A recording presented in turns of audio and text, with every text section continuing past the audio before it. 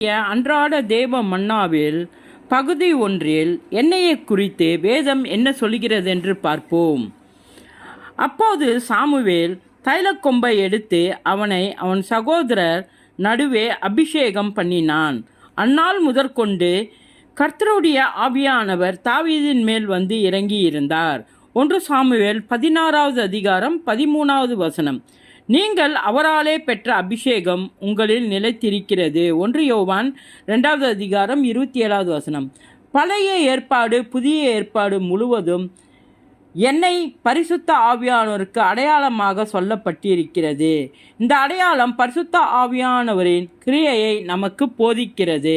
முதலாவதாக அபிஷேகம் சொல்லப்பட்ட இடமும் நபர்களும் பரிசுத்தமானவைகளாகும். அவைகள் தேவனுக்கென்று பிரித்தெடுக்கப்பட்டவைகள். ஆசாரிப்பு கூடாரத்தை, சாட்சி பெட்டியையும் எல்லா உபகரணங்களையும் பலிபீடத்தையும் எண்ணெயால் அபிஷேகம் செய்து பரிசுத்தம் செய்யும்படி தேவன் மோசேக்கு கட்டளையிட்டார். யாத்ராகமம் 30வது அதிகாரம் 25வது வசனத்திலிருந்து 29வது வசனம் வரை. தாவீதை ராஜாவாக அபிஷேகம் செய்யும்படி தேவன் சாமுவேலிடத்தில் சொன்னார். 1 சாமுவேல் 16வது அதிகாரம் 13வது வசனம்.